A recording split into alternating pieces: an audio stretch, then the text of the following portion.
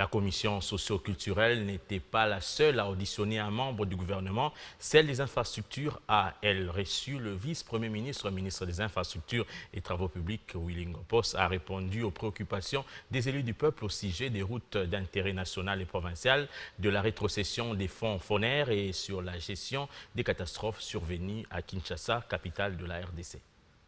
Je suis venu justement répondre à leurs préoccupations. C'est vrai que c'était long parce que vous savez que nous dirigeons un secteur qui est un secteur très crucial. Les honorables députés sont des élus de circonscription qui représentent pratiquement la quasi-totalité de la République.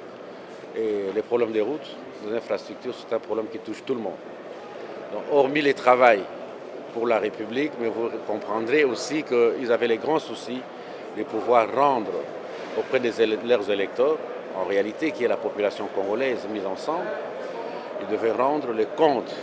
Ils vont bientôt aller en vacances parlementaires, ils doivent rendre compte de l'état des axes routiers de la République démocratique du Congo, éventuellement, et sur le fonds d'entretien routier, qui est un fonds mis à la disposition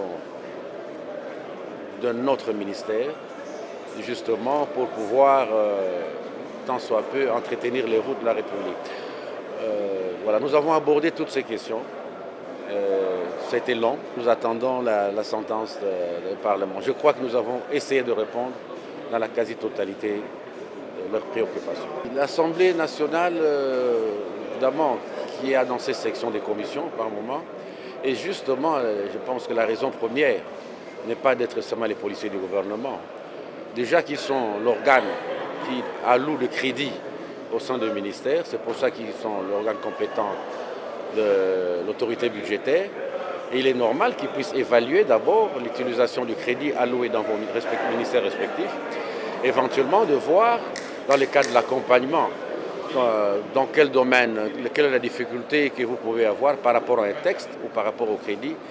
J'ai vraiment senti la grande volonté de la Commission pour nous accompagner.